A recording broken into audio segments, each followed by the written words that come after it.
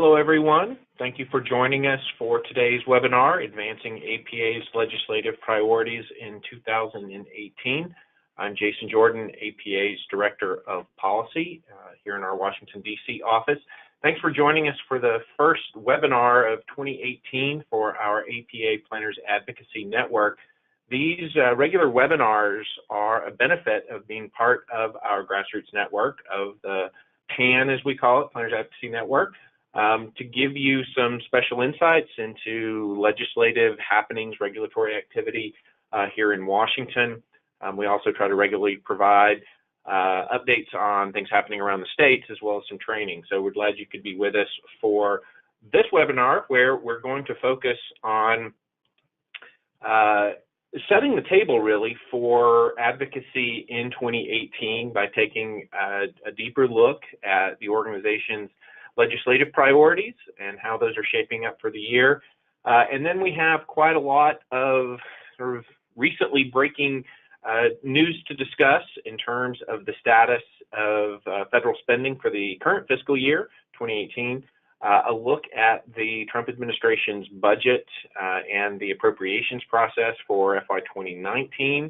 Of course, along with the release of the budget, the administration released their infrastructure proposal, so we'll break that down a little bit.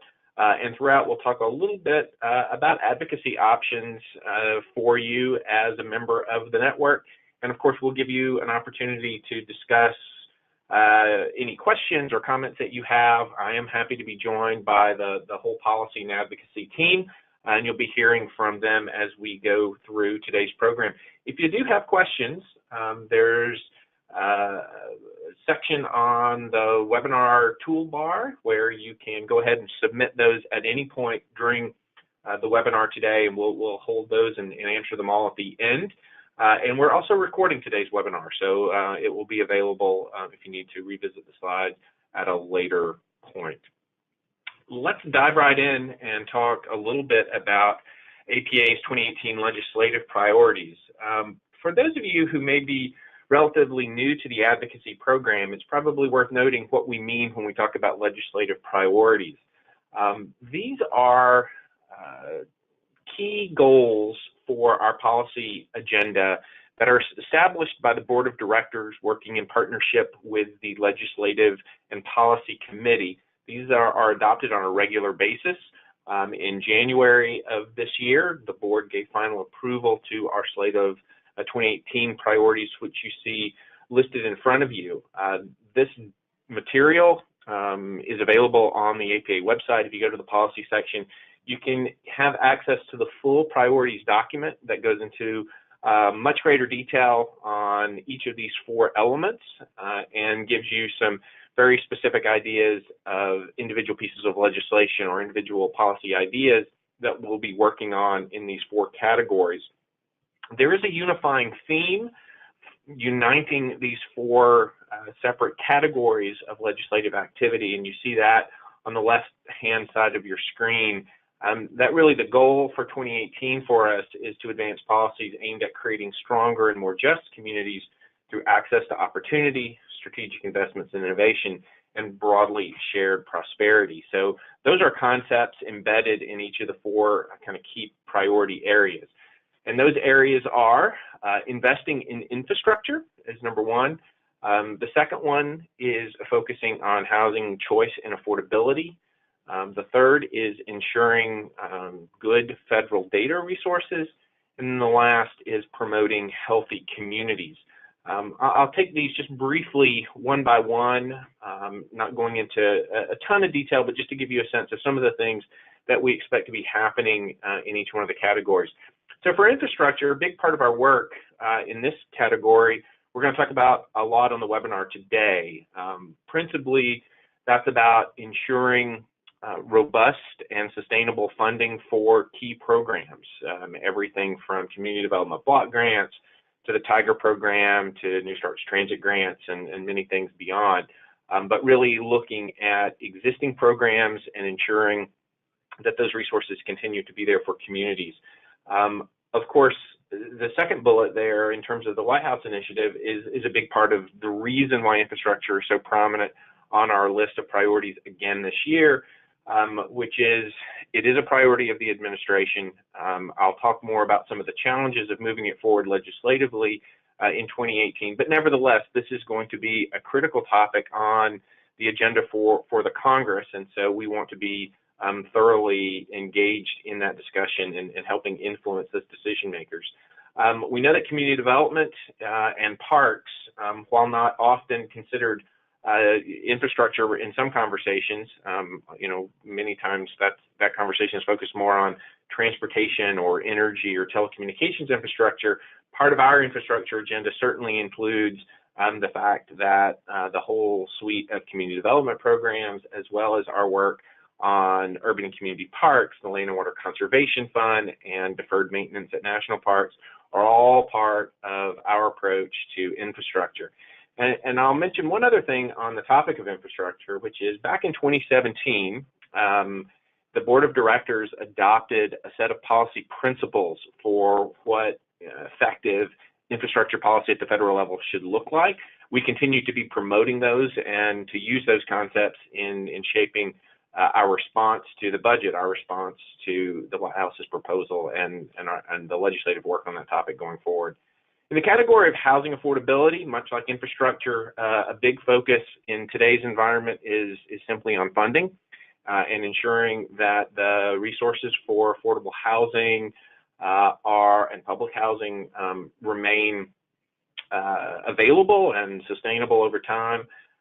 We are also beginning to roll out a broader housing campaign, looking at everything from local codes and plans to state legislation and federal legislation to try to position planning as an important resource for people concerned about the availability of housing and the affordability of housing. This is a big part of a policy guide that's underway that's focused on social equity and inclusive growth, as well as work to update a housing policy guide specifically focused on housing. So a lot happening in that space for APA in 2018. Third category is federal data. We know that the census is coming up in just 2 years' time in 2020, and it's particularly important in these years leading up to a decennial census that the agency is adequately funded in order to do the preparation work necessary for a successful and comprehensive census. So we've been heavily involved on census issues for a number of years. Certainly that work continues. In addition to the decennial, we also focus a lot on the American Community Survey. As many of you know, there have been regular attacks in the Congress on the continuation of ACS, whether or not it should be mandatory. So that is also a significant component of our federal data work. APA is a founding member of the Digital Coast Partnership, which is just one illustrative example of APA working with federal agencies to ensure that federal data is managed and packaged in a way that makes it useful at the local level. In this case, this is known as Digital Coast Program, specifically focusing on understanding impacts and changes in coastal environments with a particular eye to hazard mitigation and resiliency. And then, of course, we're broadly concerned about the full array of federal data agencies and data resources and ensuring that those tools, which are so critical for making good decisions at the local level, continue to be funded and available. Lastly, in healthy communities, there are two really important programs that are up for legislative reauthorization in 2018. One is the National Flood Insurance Program. So hazard mitigation issues, resiliency issues have long been high on the planning agenda. That remains the case, and the renewal of NFIP represents an opportunity to advance some of our concerns in areas like mapping, hazard and resiliency planning that need to be addressed, and mitigation, of course, as well. The second item there is the Farm Bill, which is due for action in 2018. APA has previously adopted a food policy guide and has a lot of food-related components in our newly adopted Healthy Communities policy guide as well. So that's certainly an area where we see potential for planning to be addressed at the federal level, and it's part of that key priority. So over the course of 2018, you'll be hearing a lot about these four issues: infrastructure, housing, data, and health. We certainly hope we can get you engaged in working with us to advance those issues and our concerns as legislative and regulatory opportunities present themselves. I touched on some of this in the opening on priorities, but just to hit a couple points again. So we do have a lot of new policy and advocacy tools that have either just come out or right on the doorstep of coming out that I wanted to highlight for you. The first is the new policy guide on healthy communities that was formally ratified by Delegate Assembly and the Board of Directors last fall. It's available on the APA website for folks to use. There's some additional resources, a very handy summary version of the Healthy Communities Guide that's particularly valuable for communicating ideas about healthy communities, planning, and policy issues to local, state, and federal elected officials, staff people, stakeholders, partners, allies, all the folks who are interested in potentially working with the planning community to advance health. That's a resource that's convenient for unpacking some of the important concepts in the larger policy guide. So certainly hope you'll take advantage of that. Another topic that APA is going to be putting a lot of effort and energy into in 2018 because it's so important for so many communities is around autonomous vehicles. So you will be seeing a new set of policy principles. So it's not a full-blown policy guide, but much like our principles on infrastructure is designed to paint in broad strokes kind of the key principles that we think policymakers should keep in mind when beginning to advance legislation or guidance or regulations related to AVs. So that's going to roll out in not next week, but the week after. So at the very last week of February, you will see those resources being released. You will also see released a new research report that is based in part on a partner symposium on AVs that was conducted last fall, very much focused on some of the tactical things that communities need to be doing right now to begin planning for the impact of autonomous vehicles. You will see AV-related resources both from the policy perspective as well as the research and education perspective available from APA across the year. On the policy side, I should just note, we're very focused on both what's happening at the state level, which there's quite a lot. My colleague, Catherine Henshaw, had a recent blog sort of summarizing all the activity in 2018 at the state level on AVs. We're also closely monitoring federal legislation that the House passed last year that has moved out of a Senate committee. There seems to be a lot of momentum around that. So lots happening legislatively in the AV space that these policy principles can speak to, and that will be engaging the network in as we go forward. I mentioned the new policy guides that are in development. All of those will be moving forward in 2018 with lots of opportunities for members of the network to engage in shaping what those policy positions are. You can see the topics listed here.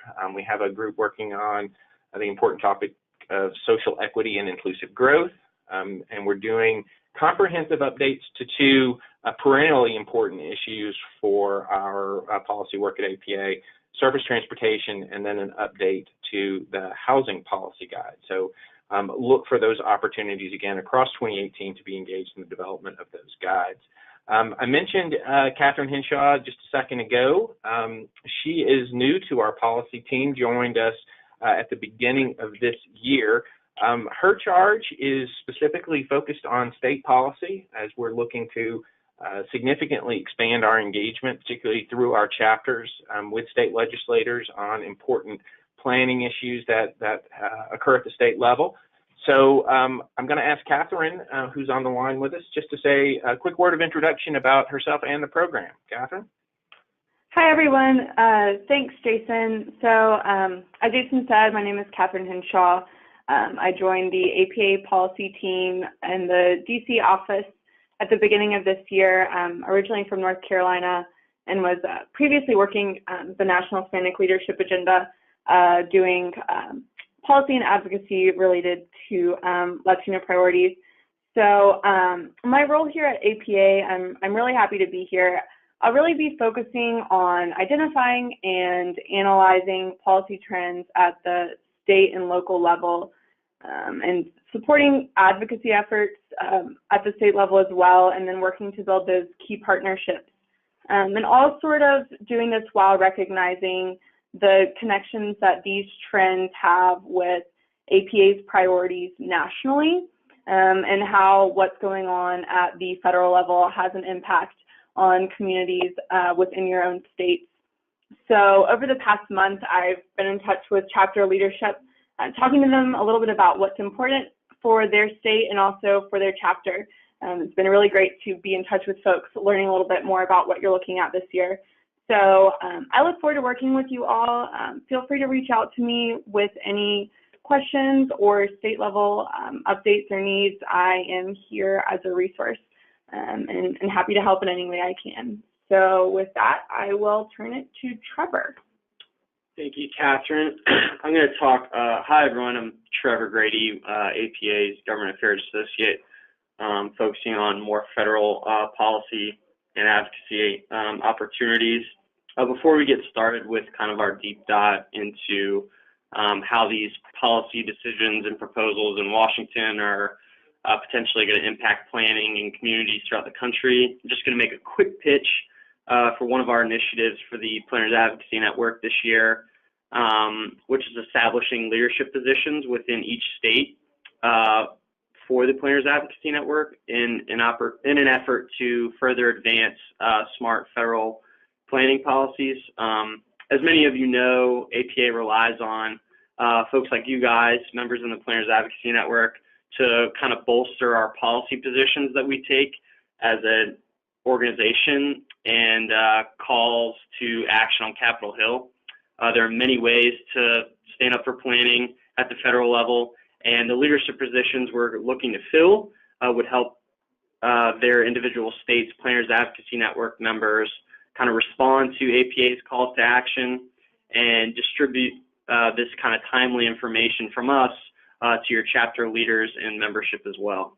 Over the past year, the Planners Advocacy Network grew by more than 4,000 members, and with help from members like you all who have tuned in, who are willing to kind of take on a leadership position, we could potentially help recruit, establish awareness for federal policy measures, and encourage members to take action in a way that we can continue to build out the network membership and continue to grow our influence on policies that are pertinent to planners. So our staff is kind of in the process of discussing how these leadership positions will be fleshed out in your individual states.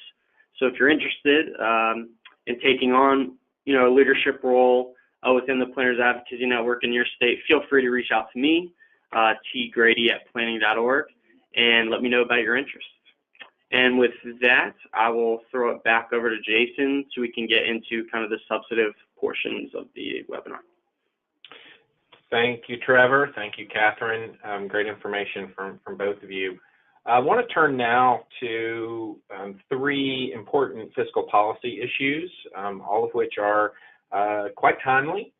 We want to spend a little bit of time talking about the current status of federal funding, the work that's gone into the most recent continuing resolution, a little bit on the new budget caps, and sort of what to expect in terms of how FY 2018 gets ultimately resolved. Then we're going to pivot over and talk a little bit about the budget that was released on Monday from the administration, what's in there, what the impacts are, and where that process is likely to go from here forward, to give you a sense of what to expect on the advocacy front and how we want you to engage on those topics. And then thirdly, and certainly related to both of the previous two topics, we're going to talk a little bit about infrastructure. I'll talk a bit about the proposal that was released and give you some sense of how we're engaging on that issue and how you can be involved.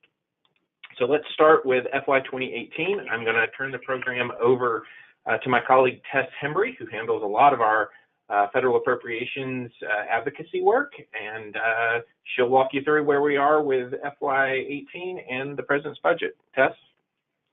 Thanks, Jason. And before we dive into fiscal year 18, I just wanted to step back for a second and talk about the different things that we have going on here in Washington, because I know it can be pretty confusing to those of you who aren't here living it every day. Unfortunately, Congress, and by proxy us, we're all working on two different fiscal years at the same time. So if you'll remember a couple shutdowns that happened in the last few months and the drama over government funding, all of that is linked to fiscal year 18. That's the current fiscal year that began in October. So they still haven't finalized spending for the current fiscal year. On top of that, the conversation about the next fiscal year began this week with the president's budget release on Monday. And then on top of that, making things even more complicated, last week, as a part of the continuing resolution that ended the very brief shutdown on Friday morning, there was a budget deal that was approved by Congress that touches on both fiscal year 18 and fiscal year 19. So it's a lot of things going on. Right now, we're going to focus specifically on 18, and then we're going to shift into looking towards the future in fiscal year 19. So just a clarification on what's happening here. So like I said, we are still not done with fiscal year 18. We've been running the federal government through continuing resolutions since October. What that means is simply that Congress agrees to continue on prior year spending levels until a set date. We're on our fifth continuing resolution right now, and it will expire on March 23rd. So we're running fiscal year 17 levels for the federal government until March 23rd. Last week, a budget deal was reached, and that really removes a lot of the major impediments that Congress has to finalizing spending. Congress couldn't agree on how much it wanted to spend on both defense and non-defense programs. So it made it pretty impossible for appropriators to do their job to finalize spending bills. Luckily, that is now out of the way. There's a spending deal that's been reached, and it raises spending in both fiscal year 18 and fiscal year 19. So it's always easier for appropriators to get bills done quickly when they have more money to spend rather than less. So non-defense cap for fiscal year 18 went up by $63 billion, and non-defense spending in fiscal year 19 will go up by $68 billion. And $20 billion of that has been allocated for infrastructure, but it hasn't been defined or detailed exactly how that's going to be divvied up amongst infrastructure priorities. So stay tuned on that. So basically at this point, from the appropriators' point of view, the appropriations process starts all over again.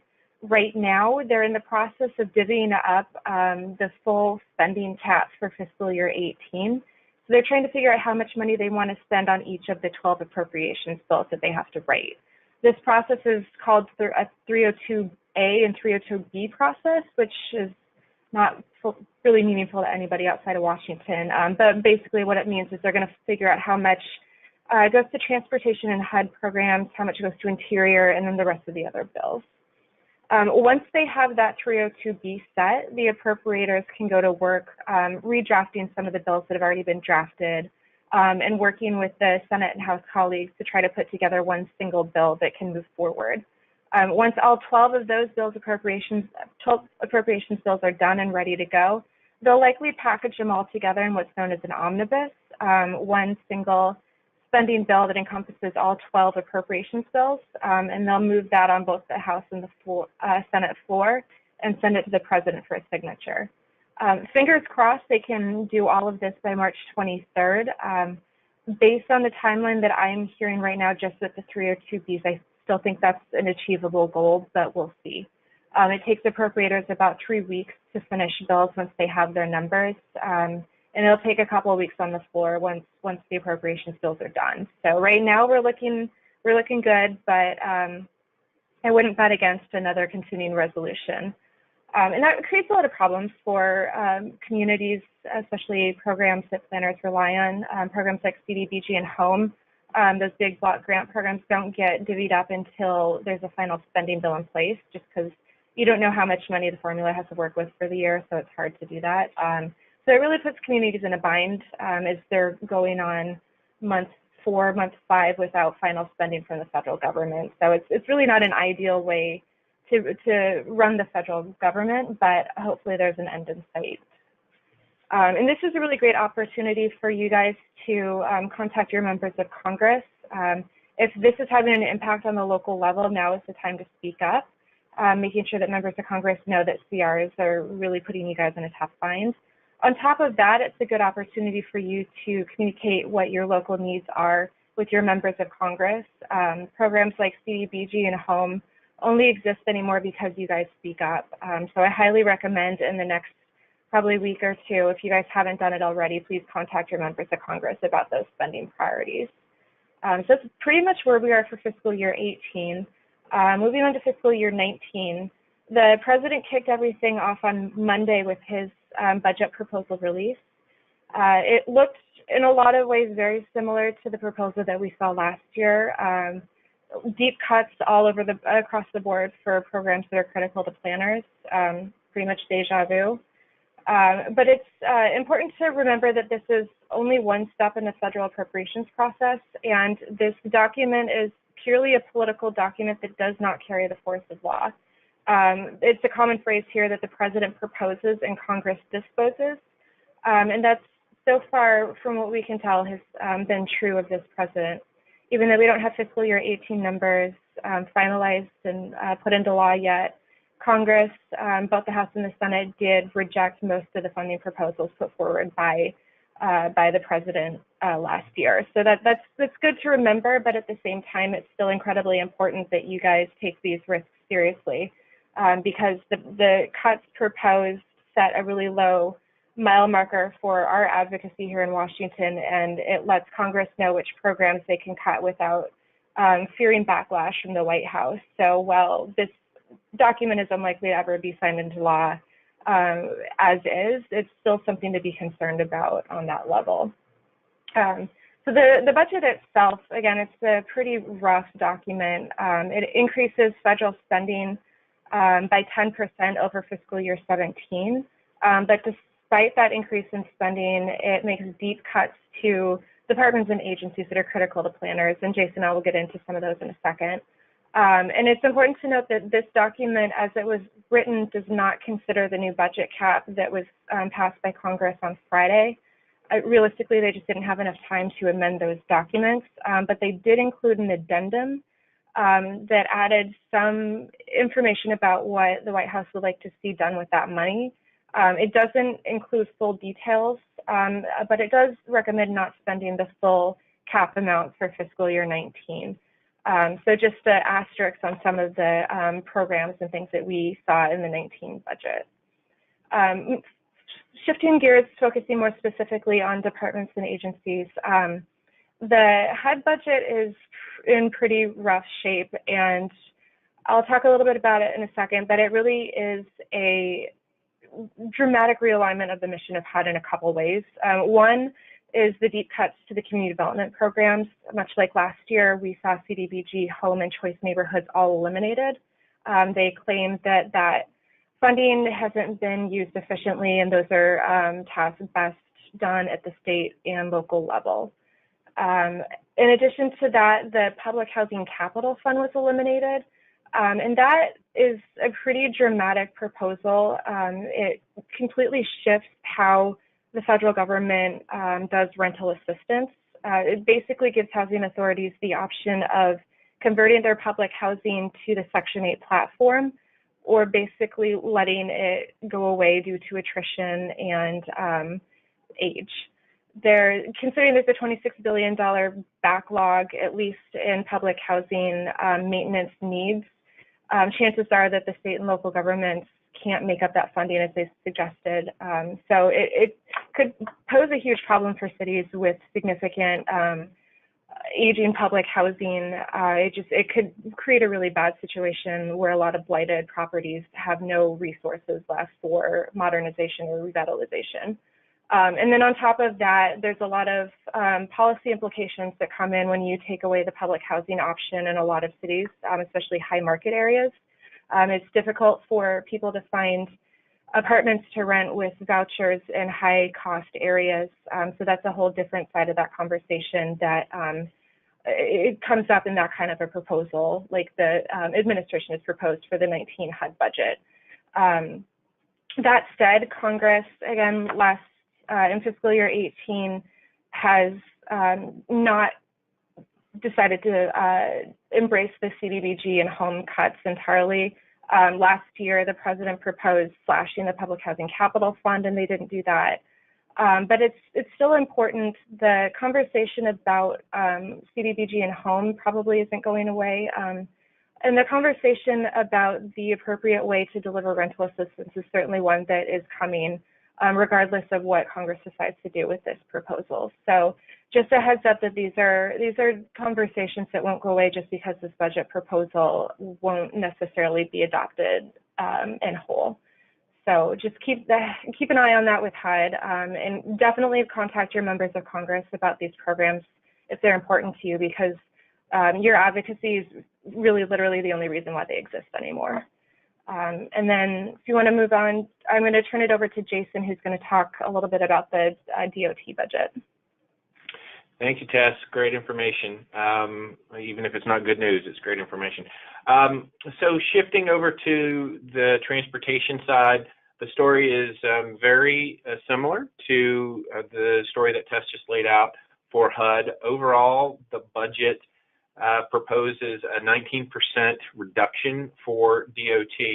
And it's important, I think, to note here that this is particularly ironic and particularly important in the context of the infrastructure proposal and the legislative conversation that's about to unfold around infrastructure. Because what you see in the budget here is that the administration is essentially, although they don't come out and say it exactly this way, they're proposing to offset the cost of their new infrastructure proposal with cuts to existing infrastructure programs. So when you look at the DOT budget, that's exactly what's happening here. So that 19% reduction at DOT, that 18% reduction at HUD, a lot of that money would, in theory, in the administration's theory, be swept in to fund infrastructure. It has long been APA's position that that's unacceptable, and that at a minimum, any new infrastructure program should represent a net increase in federal funding for infrastructure. And so the offset here is something that's a non-starter from our point of view. Still worth unpacking exactly what they're talking about here. Exactly like with CDBG and home, this budget would once again propose the complete elimination of the TIGER program. That's a competitive multimodal grant program first funded by Congress in the beginning of the Obama administration in 2009 as a response to the recession, and been funded every fiscal year since that point. The New Starts program is the primary grant program for new transit projects around the country. There are a lot of communities already in the pipeline for New Starts projects, and this would propose eliminating those. It proposes a roughly 50% cut for passenger rail and Amtrak, which would make most of the non-Northeast corridor routes unsustainable, unviable at that funding level. So pretty big reductions across the board there at DOT. And again, very similar to the narrative at HUD, there's a real burden shift that's happening with the philosophy behind the budget here of pushing a lot of costs to states and to local governments. And you'll see that reflected when we get to a discussion of the infrastructure plan as well. A big question here, of course, is what will the impact of those higher budget caps that Tess talked about be in terms of not just rejecting the administration's approach with these very draconian cuts, but what is the opportunity to ensure that an adequate and reasonable proportion of the slightly larger non-defense budget cap goes into both the HUD programs as well as to the DOT programs. So that's something we're going to be watching very carefully, both as 18 unfolds and certainly as 19 happens as well. There are a lot of other slides for other agencies that could be inserted here to talk about some of those significant cuts, because the story that we just went through for HUD and DOT is equally true for EPA and Interior and a lot of other places. That the budget overall really targets a lot of the federal programs across the board that have connections to local communities. Just a couple of things here that I would note. Again, this is very similar, if not identical, to the conversation we were having when the budget was released a year ago. But this budget once again renews an attack on climate programs across the government. So at the State Department, there's money cut out of USAID. There's money cut out of funding for the implementation of the Paris Climate Accords. NOAA would see a substantial reduction in any of their programs aimed at climate resilience. And then at EPA, with a long-time target of the administration, significant cuts both in staff and in funding, but in particular, the climate science agencies within EPA would see dramatic reductions as part of the budget. So very much a coordinated approach to defunding climate activities in this budget. Somewhat surprising area of cuts in this budget, the Land and Water Conservation Fund, which has very strong bipartisan support. We've been active on this issue for a long time. A portion of LWCF funds national, federal land acquisition, national park related issues. And then the other portion of it focuses on the states and community parks. This budget makes significant cuts to the allocation for LWCF. Similarly, the conservation programs at USDA connected to the Farm Bill and the urban forestry programs at the Forest Service would come in for a number of outright elimination proposals as well as deep cuts.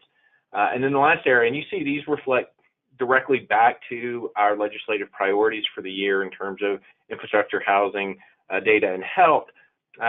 We remain concerned that the Census Bureau be adequately funded in order to be in a place where the 2020 decennial is adequately supported.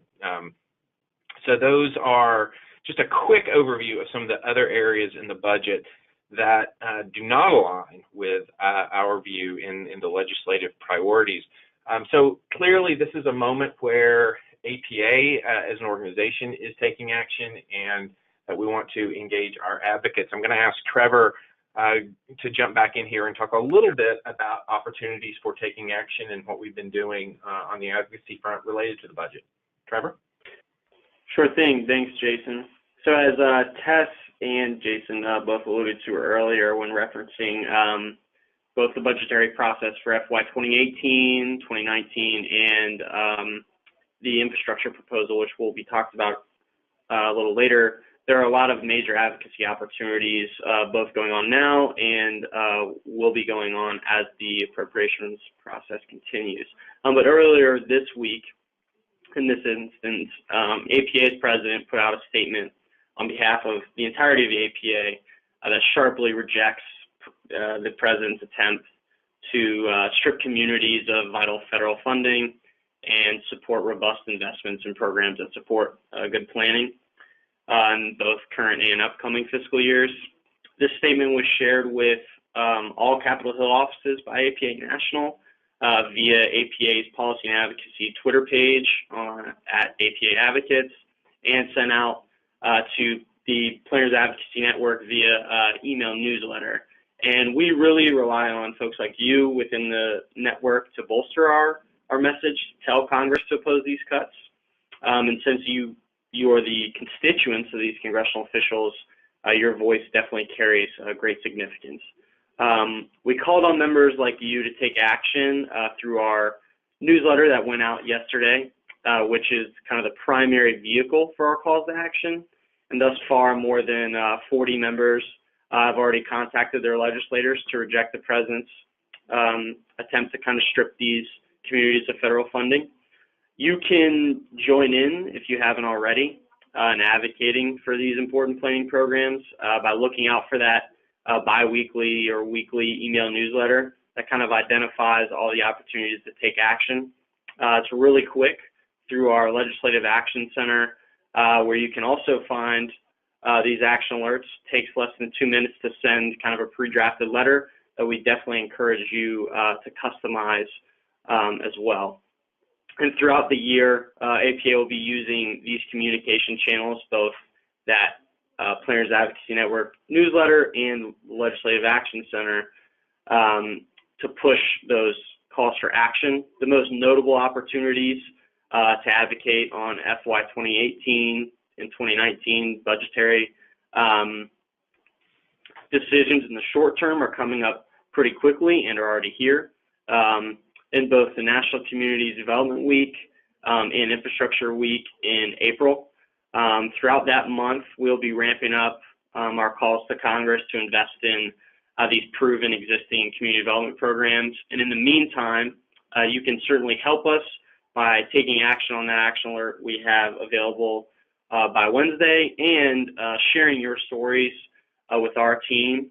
If your locality is sitting in financial limbo due to either Congress's inability to finalize federal spending for these community development projects, or sitting in financial limbo due to these draconian cuts that are proposed by the Trump administration, we would definitely like to know. So tell us kind of your CDBG, Tiger, or community development programs through New Starts, and how this funding has either benefited your community or how it's impacting you when it is delayed. So those are kind of the opportunities to take action now and what to look forward to in the short term. And I'll throw it back over to Jason. Great. Thank you, Trevor. I'm going to take the time that we have left here to pivot to the infrastructure issue in the proposal. Just a quick reminder, there will be an opportunity to answer any questions, so do feel free to go ahead and submit those if you have any. So on the infrastructure plan, let me start out by just giving you a sense of what's in that roughly 60 pages of proposal from the White House. We've been waiting for this for a long time. It was talked about in the campaign. It was mentioned at the inauguration. It was mentioned early on as something that would be a high priority. It didn't happen over the course of last year in terms of the specifics, but we now have a full plan to evaluate from the administration. In broad strokes, what we're talking about here is a $200 billion plan of, I won't call it new because, as I said before, it's offset in this proposal, but direct federal spending on a variety of infrastructure. It outlines exactly how that $200 billion would be divvied up. I'll go into that in just a second, with the idea that that $200 billion would leverage in additional private and state and local government investment up to $1.5 trillion of new infrastructure investment overall. Now, of course, there are a lot of people who dispute that leverage ratio, but that's the operating theory behind this. But in addition to proposing how the $200 billion would be allocated and how that piece of the program would work, the document also lays out a series of policy suggestions to largely aimed at encouraging additional private sector involvement in infrastructure, as well as a suite of changes to the existing environmental review and permitting process designed to speed projects. I'll talk a little bit about both of those. I would note, too, that if you want all of the detail and you don't want to go through all those pages yourself, we did post yesterday on the APA website, on the blog section, a summary of the plan in more detail. In terms of the new direct spending that's proposed, you can see in the chart here, it breaks down into 5 kind of broad categories. The largest of which, 50% of the funding would go to a new incentives program. This would essentially be a grant for state and local projects based on the ability to demonstrate the ability to either have locally dedicated funding or to have attracted private, probably some combination of the two. That's the primary criteria that would drive that particular program. One important element to note in the incentives program is that unlike the current federal program, whether we're talking about New Starts or whether you're talking about highway side, the cap on the federal amount that would be contributed to a project in the incentives program would be 20%. So it really flips on its head the 80-20 split approximate that is the historic level for highway investments, and is even less than the typical 50-50 split for a lot of the New Starts projects. So one of the big issues that I think we would have at APA with the incentives program is that that low level of overall federal investment, as well as the fact that the criteria that they outline in their proposal really doesn't take very much account at all of the quality of project or the economic, environmental, or social impacts of that project. Really, the criteria is largely driven by the ability to have the locals or the states or the Fed or the private side contribute resources. The second largest category that you'll see there, 25% of the total, would be a grant program focused on rural infrastructure. And I should note, for the incentives program as well as for this program, it's pretty broad in terms of what they mean by infrastructure. The eligibility is quite broad. Water infrastructure is included, energy infrastructure is included, of course, surface transportation infrastructure is included. This rural program would essentially go directly to governors, and it would be a sort of a state level process driven by federal criteria to allocate those resources for a variety of different rural infrastructure projects. The third category is what they're calling a transformative projects program.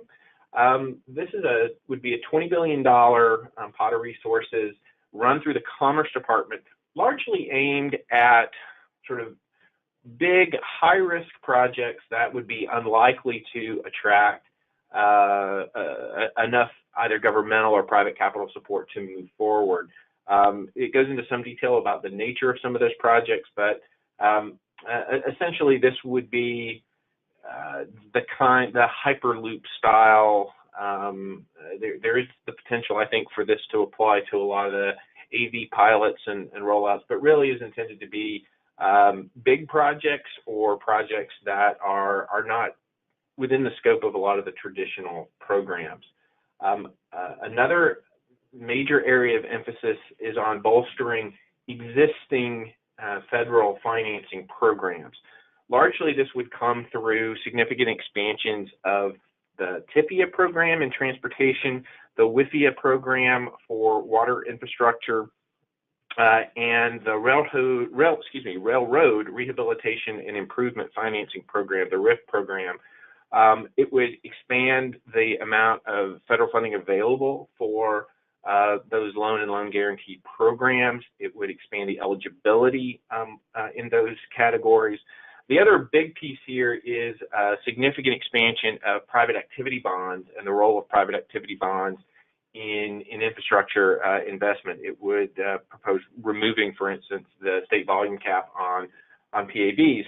And this is an interesting proposal in the sense that for those of you who were involved in our advocacy on tax reform, you'll remember that Congress came extremely close to eliminating PABs altogether. In fact, the House version of tax reform eliminated PABs. And so this is a real 180 from that point of view, but is necessary, frankly, if you hope to achieve anywhere close to the leverage that this plan purports to have. But those are a suite of different financing options that would be funded at $20 billion in this plan. And then the remainder is sort of a consolidation. 5% would focus on a variety of federal infrastructure projects, focusing on things like the disposition of real federal property and assets, as well as some attention to using revenues from energy development on public lands. So that's how the main funding pieces of the plan break down. I'll say just a quick word about some of the policy recommendations because they're also quite important here. I won't go through the whole list, but some of the highlights include, and this has gotten a fair amount of attention in the broader press, but it would allow states full flexibility to toll interstate highways, would allow them full flexibility to privatize interstate rest areas. The idea here being to greatly expand the use of tolling, would also expand the ability to use toll revenues for a variety of kinds of infrastructure projects. It would also create some new requirements for the New Starts program by requiring value capture financing to be used as a condition of those grants. Would also change some of the law related to a pilot program that's in place for expediting project delivery for New Starts. So one of the themes you will see here is that this plan really doesn't do a whole lot for transit, or if it does anything for transit, it would be sort of indirect in terms of some of the asset recycling ideas and other things on the private side. But in terms of direct investment, it would really have to come through the incentives program, which you could argue is not particularly well structured to support those kinds of projects. Lastly, I would say that a big piece of this plan and a controversial piece of this plan relates to regulatory changes in the NEPA process. And I won't, I'll point you to the blog post to get more detail on the specifics of that.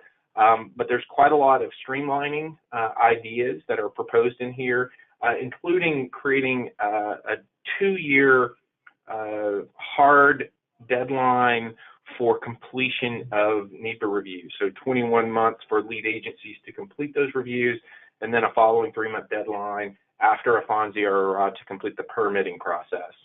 So essentially a shot clock on NEPA is one of the kind of core components here. There are also a lot of changes on more specific areas like Section 4F reviews, as well as some stuff that a lot of NPOs have to deal with related to, conforming to the most recent National Air Quality Standard and some other sort of specific pieces that were created in MAP 21 and the FAST Act, the last 2 surface transportation programs, which also contain some streamlining provisions.